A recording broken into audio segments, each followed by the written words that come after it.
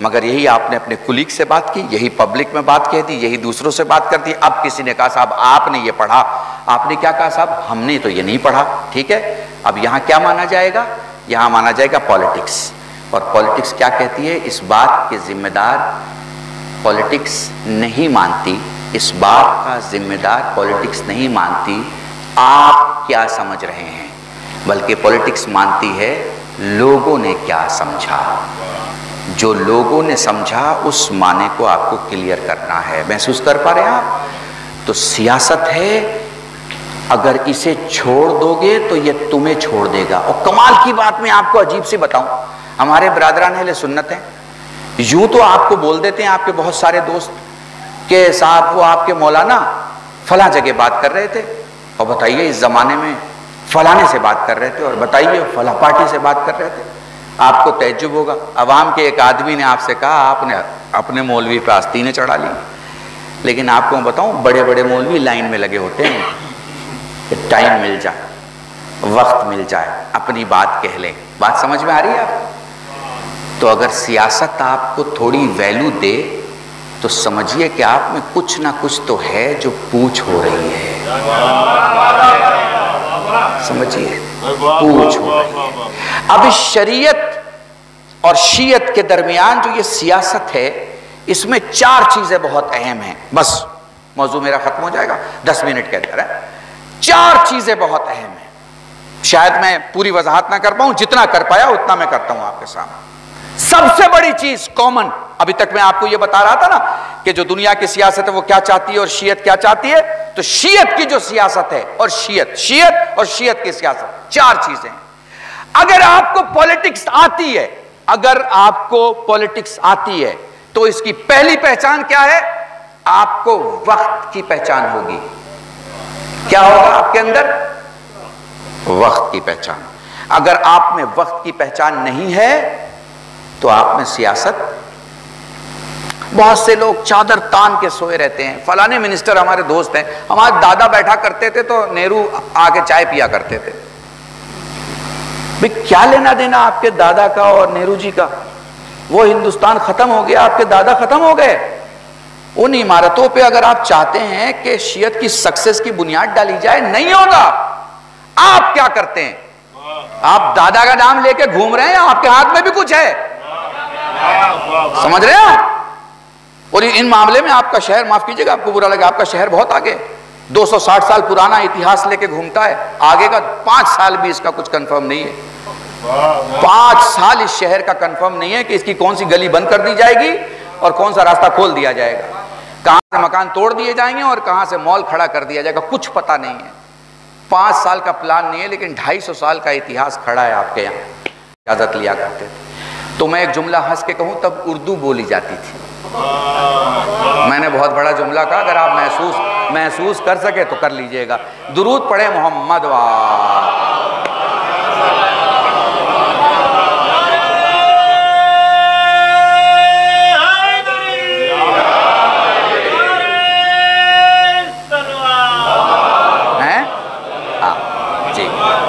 میں نے جانتے پوچھتے بہت ہی خشک موضوع اٹھایا. میں جانتا ہوں کہ یہ خشک موضوع ہے, لیکن یہ ضروری ہے ہمارے قوم کے لیے. سوئی ہوئی قوم ہے, سوئی ہوئی, خدا کی قسم سوئی ہوئی قوم ہے. اور یہ اگر جاگ سکتی ہے تو صرف حسین کے نام پہ جاگ سکتی ہے.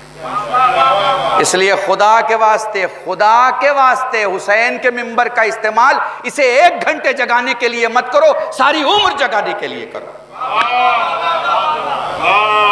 خوب استعمال ہوتا ہے منبر کا, مگر عوام کو 1 گھنٹہ جگانے کے لیے. 1 گھنٹہ. ہماری مجلس میں آپ جاگیے, بعد میں سو جائیے, کوئی مسئلہ نہیں. میں کہتا ہوں اب ہماری مجلس میں سو جائیے, لیکن زندگی کے لیے جاگ جائیے. زندگی کے لیے جاگیے. آپ کا جاگنا بہت ضروری ہے. آپ اگر سو گئے تو قوم کے آگے کی نسل میں جو نمائندے پیدا ہونے والے وہ کہاں جائیں گے؟ تو سب سے بڑی چیز کیا ہے؟ وقت شناس ہونا. اور جب کوئی وقت شناس ہو جائے گا تو اسے احساس ہو جائے گا کس سے ملنا, کس سے نہیں ملنا, کب نہیں ملنا. وقت شناس ہو جائے گا تو بے وقت بات نہیں کرے گا. وقت شناس ہو جائے گا تو اپنا وقت بنا سوچے کسی کو نہیں دے گا اور بنا سمجھے کسی سے وقت نہیں لے گا. وقت شناس ہو جائے گا تو وقت کی امپورٹنٹ چیزوں کو نہیں چھوڑے گا. وقت شناس ہو جائے گا تو اذان کی آواز پہ گھر میں بیٹھا دکھائی نہیں دے گا. وقت شناس ہو جانا. اور جب یہ کیٹیگری یعنی جب یہ ایگزام پاس کر لے گا, یہ 12th ہے, یہ پولیٹکس کی 12th ہے, وقت شناس ہونا ہے نا, ابن الوقت ہونا نہیں. میں نے جملہ کہہ دیا آپ کے ساتھ, وقت شناس ہونا, وقت شناس ہونا. اگر یہ کیٹیگری اس میں آ گئی تو پھر اگلی کیٹیگری اس میں آتی ہے نعمت شناس ہونا. نعمت شناس ہونا, اسے احساس ہونا کہ اللہ نے کون کون سی نعمت دی ہے. مجھے یاد نہیں, کسی شہر میں ایک جملہ پڑھا, میرے خیال شاید امہٹ میں نے یہ جملہ پڑھا.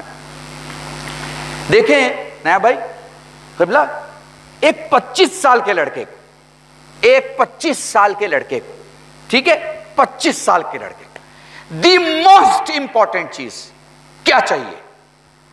کوئی کہے گا جاب چاہیے, کوئی کہے گا اچھی انگیجمنٹ چاہیے, کوئی کہے گا کارپوریٹ کی لائف چاہیے, کوئی کہے گا سیٹل زندگی چاہیے, کوئی کہے گا بنگلہ, کوٹھی, موٹر یہ چاہیے, ٹھیک ہے نا. 25 سال کے لڑکے, میں پتہ ہے کیا بولوں گا؟ میں بولوں گا 25 سال کے لڑکے کو ایک باپ کا سایہ چاہیے. وہ سب لے آئے گا اگر باپ کا سایہ رہا, سب لا کے بھی کچھ نہیں لا پائے گا اگر باپ کا سایہ نہیں رہا. چونکہ اس زمانے, اس وقت میں جو خطرات اس پہ ہوتے ہیں اس کو جھیلتا اس کا باپ ہے. مسکراتے مسکراتے جو گھر میں آئے ہوئے پریشان بچے سے کہتا ہے تم آرام سے سو جاؤ میں دیکھ لوں گا, تم آرام سے سو جاؤ میں دیکھ لوں گا. خدا کی قسم گھر جا کے میرے جملے کو سوچنا ہیں, یہ جو بیڑی پی رہے ہیں, جو سگریٹ پی رہے ہیں, جو گٹکا کھا رہے ہیں, اگر 40 سال سے زیادہ 30 سال اور جینا چاہتے ہو اپنے بچے کے لیے, اپنے لیے مجھے نہیں پتا, اگر اپنے لیے پتا ہوتا تو اپنا ہارٹ خراب نہیں کرتے. دیکھیے ہو سکتا ہے میں ممبر پہ مر جاؤں, ہو سکتا ہے نیچے اترتے ہوئے مجھے ہارٹ اٹیک ہو جائے, ہو سکتا ہے باہر جاؤں مجھے دل کی کوئی بیماری ہو جائے, وہ ایک الگ کیس ہے.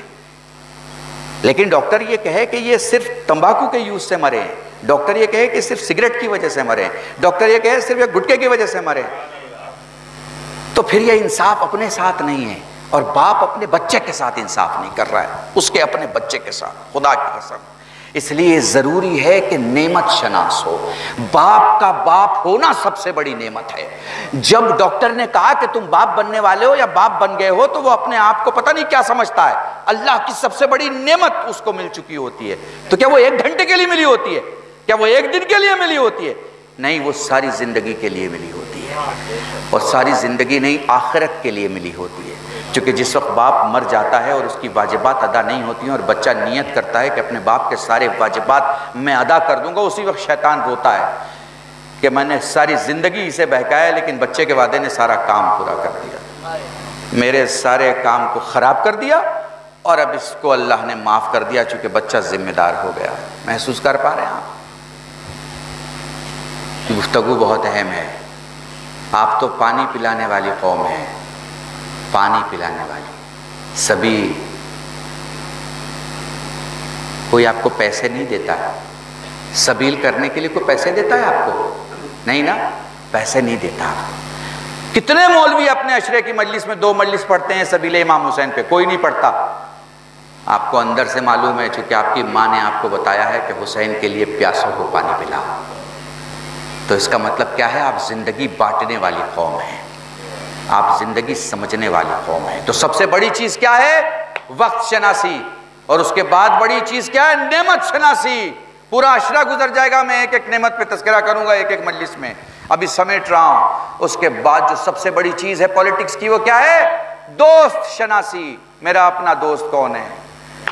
اور بڑی عجیب بات ہے, اس کے مکمل ہونے کی پہچان ہے دشمن شناسی.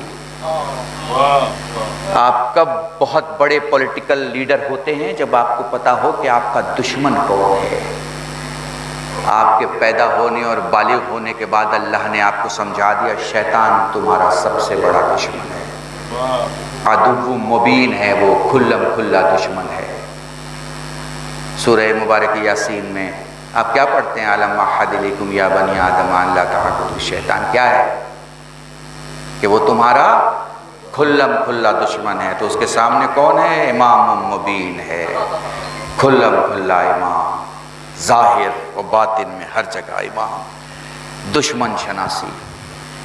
یقین جانیں آپ، ایک جملہ ابھی آپ نے ایک شعر پڑھا، بس آخری جملہ ہے ربط مسائل کے پہلے، حر میں سب کچھ تھا، سب کچھ تھا حر میں،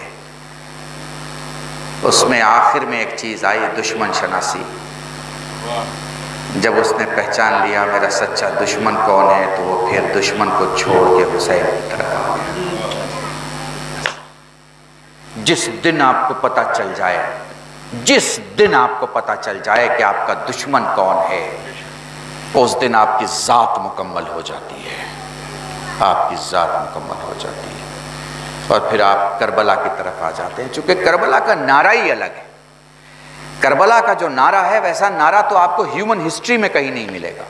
کربلا کہتی ہے تمہیں ہمارا دشمن بننا ہے، بن جاؤ، ہم سب کے دوست ہیں۔ چونکہ کربلا سب کا بھلا چاہتی ہے۔ ایک ہندو کے بہت بڑے خطیب اور بہت بڑے آچاریہ ہیں، ان کا ایک جملہ ہے بڑا خوبصورت، وہ کہتے ہیں نام ہی بتاتا ہے کہ کربلا کیا ہے۔ وہ کہتے ہیں کربلا یعنی کر بھلا، جتنی بھلائی کرتے جاؤ گے اتنا کربلائی ہوتے چلے جاؤ۔ بس میرے عزیزان، یہیں اپنی مجلس تمام کر رہا ہوں۔ ایک عالم دین، ایک بزرگ عالم دین، میرے چھوٹے بھائی حجت الاسلام والمسلمین مولانا شاہد جمال صاحب، مجھے کہا کہ میں اس مجلس کو خطاب کروں، اور غلط فہمی یہ ہوئی کہ میں اگلے مہینے سمجھ رہا تھا، پھر اتفاق سے انہوں نے پھر کال کر کے یاد دہانی کی، تو میں نے کہا رہے میرے سے غلطی ہو گئی، میں انشاءاللہ حاضر ہو رہا ہوں۔ میں آپ لوگوں کے درمیان آ گیا اس موضوع کے ساتھ، مجھے پتہ ہے ممکن ہے کسی کو برا لگا، مگر میں اس سے معافی نہیں چاہوں گا۔ اگر لگی ہے بری تو تھوڑا غور کیجئے گا، شاید اسی وجہ سے میری بات آپ کے دماغ میں رہ جائے کہ آپ کو بری لگی، مگر یاد رکھنا دشمن شناسی بہت ضروری ہے، بہت ضروری چیز ہے دشمن شناسی۔ آپ کو پتہ ہے آج خامنائی لیڈروں کی دنیا میں اتنے امیر ترین لیڈر ہیں، پیسے سے امیر نہیں، عقل سے امیر ترین لیڈر کیوں ہیں؟ چونکہ دشمن شناسی ہے۔ بڑے بھیس بدلے دشمن نے دوستوں کے، بڑے بھیس بدلے، پر ہر بھیس کو پہچان جاتے ہیں۔ پتہ ہوتا ہے کہ یہ آج 2021 میں یہ بات کر رہا ہے، 23 میں یہ بات کرے گا، اور وہی ہوتا ہے جو وہ اپنے لوگوں کو بتاتے ہیں۔ دشمن شناسی میرے عزیزو، دشمن کو پہچانا، اور خدا کی قسم تمہارا دشمن یقینی طور پر ضروری نہیں کہ باہر ہو، کبھی کبھی تمہارا دشمن تمہارے اندر ہوتا ہے، اندر ہوتا ہے۔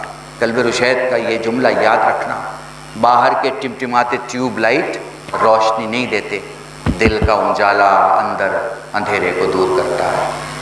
یہ جو انجالا ہے نا، یہ اتنا پھیلا دو کہ تمہاری روشنی سے دوسرے کا چہرہ دکھنے لگے۔ محسوس کرنا، کربلا نے آپ کو یہی سکھایا ہے۔ کربلا چاروں طرف سے دشمن ہے، اور پھر دشمن نے جو اسلحے استعمال کیے وہ کیا ہے؟ پانی بند کر دیا ہے۔ پانی ہیومن ایبیلٹی پہ روک، یعنی انسان کی سانسیں رک جائیں، انسان کا جگر سوکھ جائے، انسان کا گردہ زخمی ہو جائے، انسان کا دل، انسان کی ساری صلاحیتیں کم ہو جائیں، پانی بند ہو جائے، پانی بند کر دیا۔ سوچنے کی شکتی، سہن شکتی، ساری شکتیوں پہ روک لگ گئی، پانی بند ہو گئے۔ لیکن خدا کی قسم جو 72 تھے وہ 72 رہے، چونکہ انہیں پانی نے نہیں بنایا تھا جو پانی انہیں مٹا پاتا۔ یہ نور کے سانچے میں ڈھلے ہوئے، اور یہ نور تھے جنہیں کوئی بجھا نہیں پایا۔ خدا کی قسم آپ کو عجیب بات بتاؤں، بس 2 باتیں۔ سب نے گالیوں کا استعمال کیا ہے کربلا میں، سب نے، اہل بیت کو چھوڑ کے اور اہل بیت کے چاہنے والوں کو چھوڑ کے، جو جو دشمن کی طرف آیا ہے، طرف سے آیا ہے، اس نے گالیوں کا استعمال کیا ہے۔ پر آپ کے اہل بیت کے کسی ایک شخص نے اور ان کے چاہنے والوں میں سے کسی ایک شہید نے کوئی ایسی گفتگو نہیں کی، کوئی بھی۔ سب کے خطبے اٹھا کے اور سب کے کلام اٹھا کے دیکھ لیجئے کس نے کیا کہا، چونکہ ان کے پاس کہنے کو جو چیزیں تھی بہت رچ تھی۔ وہ کس اللہ کے ماننے والے ہیں، کس وحدت کا تذکرہ کرنا ہے، کس نبی کے ماننے والے ہیں، کس نبوت کا تذکرہ کرنا ہے، کس امام کے ماننے والے ہیں، کس امامت کا تذکرہ کرنا ہے، کس انسانیت کے ماننے والے ہیں، کس انسانیت کا ذکر کرنا ہے. انہوں نے کوئی غلط بات نہیں کی. اب جو یزیدیوں نے کیا تھا وہ الزام شیعوں پہ لگایا جاتا ہے. سمجھ رہے ہیں آپ؟ یہ جو آپ سے کہا جاتا ہے کہ یہ کیا بکا کرتے ہیں، یہ ہم پہ لگایا جاتا ہے. بھائی یہ ہمارے یہاں پہلے سے ہی منع ہے، ہم کسی کو گالیاں نہیں دیتے. لعنت اور گالی میں فرق ہوتا ہے. انگلش میں بھی گالی کے لیے الگ جملہ ہے اور لعنت کے لیے الگ جملہ ہے. کسی کو برا بھلا کہنا الگ چیز ہے اور کسی کی حقیقت بیان کرنا الگ چیز ہے. ہم حقیقتیں بیان کرتے ہیں، کسی کی برا بھلا نہیں کہتے. کسی کو اس کی جو حقیقتیں ہیں وہ بیان کرتے ہیں. ہم حقیقتیں نہیں چھپاتے. ہم نے کسی سے شہریہ اور وظیفہ نہیں کھایا کہ ہم کسی سے دب کے بات کریں. جو سچ ہوتا ہے وہ بتا دیتے ہیں. حسین صرف 3 دن کے پیاسے نہیں تھے. 4 محرم سے حسین نے پانی پینا کم کر دیا تھا، چونکہ حسین کو معلوم تھا کہ جتنا زیادہ پانی بچوں کو استعمال میں آ سکے. حسین نے اپنے حصے کا پانی. کمال کی بات دیکھیے نا، کربلا میں سب سے زیادہ حسین کو پیاس لگتی تھی. سب نے حسین سے کہا ہے مجھے پیاس لگی ہے. حسین نے کسی سے نہیں کہا مجھے پیاس لگی. سب نے حسین سے کہا ہے مجھے پیاس لگی. حسین نے کسی سے نہیں کہا مجھے پیاس لگی. ہاں جب سید سجاد کے پاس آئے ہیں تو یہ کہا ہے میرے لال جب زندان شام سے چھٹ کے مدینے جانا تو میرے چاہنے والوں کو میرا سلام دے. کہنا جب ٹھنڈا پانی پئیں تو میری پیاس کو یاد کر. کمال ہے نا. کسی سے نہیں کہا، آپ سے کہا. آپ سے. کتنا یقین تھا حسین کو، کتنا یقین تھا کہ برسوں گزر جائیں گے مگر میرے چاہنے والے میری پیاس نہیں بھولیں گے اور نہ کسی کو بھولنے دیں گے. جب بھی ٹھنڈا پانی پئیں گے تو میری پیاس یاد کریں. میں کیا کہوں آپ سے، جب پانی نہ پیا کرو تو سکینہ کی پیاس کو یاد کیا کرو اور جب پانی پیا کرو تو حسین کی پیاس کو یاد کیا کرو.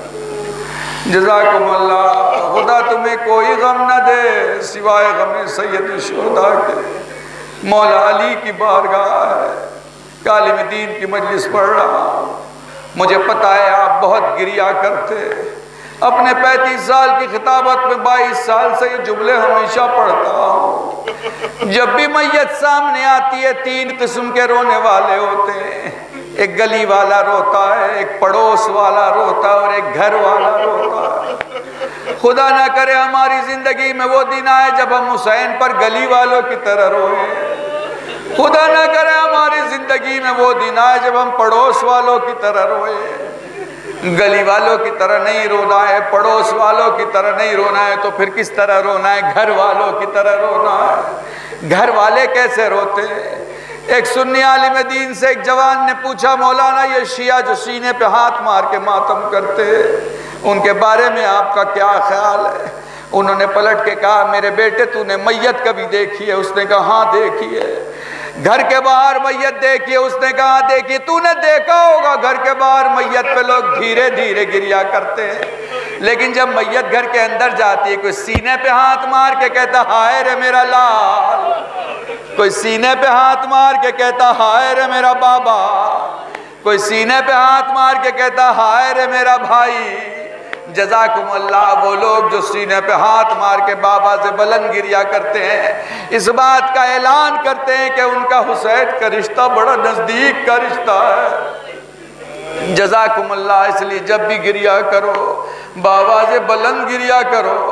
تمہارے چوتھے مولا سے کوئی کہتا ہے مولا میں غریب ہوں، مولا نے فرمایا کیا کہا تو نے؟ مولا میں غریب ہوں. مولا نے ایک سوال کیا کہاں کا رہنے والا ہے؟ فلاں علاقے کا رہنے والا. یہ بتا خدا نہ کرے اگر تو مر جائے تو تیرے علاقے والے تجھے دفن کریں گے یا دفن نہیں کریں گے؟ وہ کہتا مولا سارے کے سارے مسلمان ہیں، مسلمان کیسے چھوڑ سکتا ہے کسی مسلمان کو دفن کیے بنا؟ فرمایا پھر تو غریب نہیں ہے، غریب تو میرا بابا حسین تھا. جزاکم اللہ. جزاکم اللہ. ایسے ہی رویا کرو کہ سید سجاد کی دعا ملا کرے. جب بھی رویا کرو کسی خطیب کے مصائب کی روایت سے نہ رویا کرو، اپنے حسین کی غربت پہ رویا کرو. جزاکم اللہ، جزاکم اللہ، بڑی عظمت ہے آپ کی، بڑی عزت ہے۔ سائل سوال، بس آخری جملہ مصائب کا اور مجلس تمام ہے۔ سائل سوال کر کے پوچھتا ہے مولا یہ بتا کربلا کے میدان میں تیرے بابا کو سب سے زیادہ کس نے پکارا؟ کربلا کے میدان میں تیرے بابا کو سب سے زیادہ کس نے پکارا؟ سید سجاد نے بہت دیر تک گریہ کیا، پھر بعد میں فرمایا میرے بابا کو سب سے زیادہ میرے بھائی قاسم نے پکارا۔ وہ کہتا ہے مولا وہ کیسے؟ بس آخری جملہ فرمایا کربلا کا واحد شہید قاسم جس کے پاؤں رکاب میں پھنس گئے تھے، گھوڑے سے گرنے کے بعد کچھ یوں ہوا گھوڑا آگے بڑھ رہا تھا، قاسم کھنچتے چلے جا رہے تھے، پھر یوں ہوا کہ ادھر کے گھوڑے ادھر اور ادھر کے گھوڑے ادھر، زبان پہ تھا یا مولا یاد رکھنی، یا مولا یاد رکھنی، یا مولا یاد رکھنی۔ ارے قاسم کے لاشوں کے ٹکڑے پورے کربلا میں، حسین زمین کربلا پہ بیٹھے، ایک ایک ٹکڑا اٹھا کے رکھنا شروع کیا، بازو پہ کسی ہاتھ کے دباؤ کو محسوس کیا، پلٹ کے دیکھا مولا حسن، بھیا آپ حسین تیری خاطر لے میرے قاسم کے ٹکڑوں کو سنبھال لے، ہائے کربلا، ہائے حسین، ہائے عاشورہ۔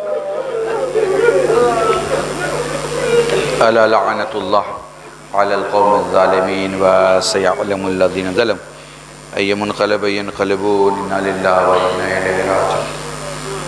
اللہم ارزقنا ایمانا صادقا ولسانا ذاکرا وعلما نافعا وولدا صالحا وعملا متقبلا وتوبة نصوحا۔ صلی اللہ علی محمد وآلہ الطیبین الطاہرین بفضلک ورحمتک یا ارحم الراحمین۔ پروردگار ہمیں جو غریب ہوں ان کو تونگر بنا، آج بیمار کربلا سید سجاد صدق شفاء کلی عطا فرما، مرحومین و مرحومات مغفرت فرما، حضرت حجت کے ظہور میں تعجیل فرما، سب لوگوں کے ناصرین و شمار فرما، گناہوں کو معاف فرما، دعاؤں کو قبول فرما۔ ربنا تقبل منا انک انت السمیع العلیم، بحق محمد و آلہ الطیبین الطاہرین بفضلک ورحمتک یا ارحم الراحمین۔ حضرات مومنین ایک مرتبہ سورہ حمد، تین مرتبہ سورہ اخلاص کی تلاوت، مرحوم